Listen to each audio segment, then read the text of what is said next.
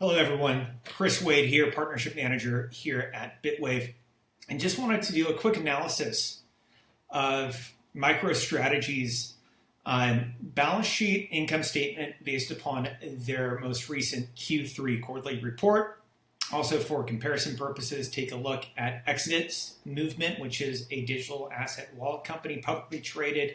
Take a look at some of their financials, and then share some insights about the Statement of Digital Assets, also known as the SoDA report.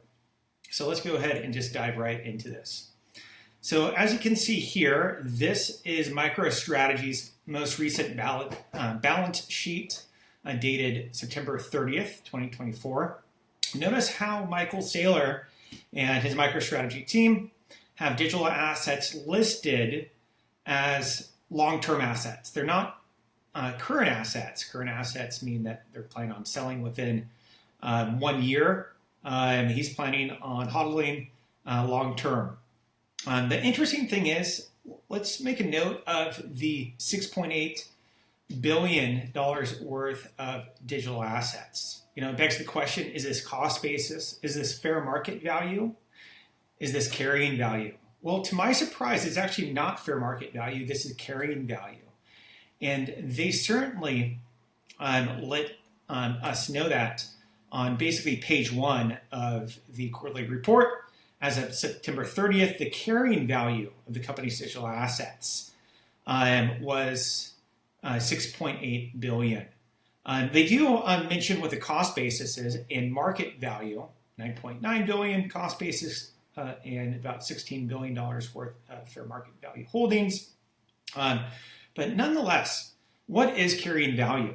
Carrying value refers to the value of an asset which is recognized on a company's balance sheet, which is determined in accordance with applicable accounting standards. So this is actually cost basis adjusted for impairments. And you can actually see the impairment expense listed here on their P&L.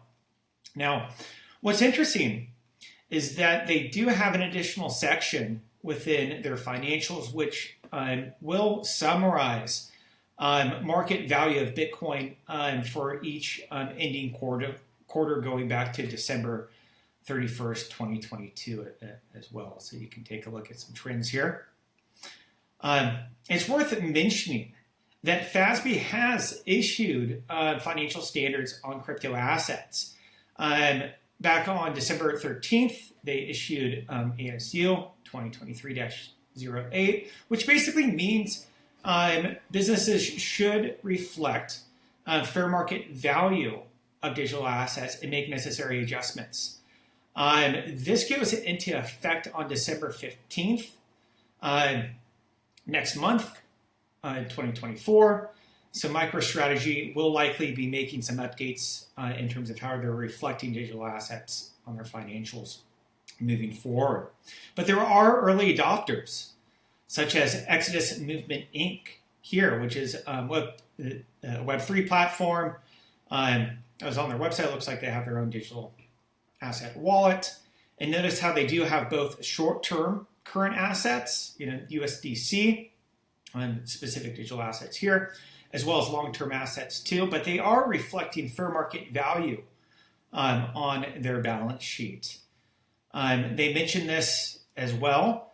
They are early adopters of the FASB-issued ASU 2023-08, but consistency associated with understanding what their cost basis and fair market value is, along with understanding the amount of the type of digital assets that they have. And this is interesting because this falls in line with the Statement of Digital Assets. This isn't necessarily required, but numerous VCs, from my understanding, A16Z, for example, is either recommending or requiring their portco companies to have the Statement of Digital Assets. And it states here that at the very heart of the SoDA report is certainly this distinction between book value and fair market value, along with some additional information about the type of digital asset, as well as the location of that asset and for what purpose as well. So hope this is helpful.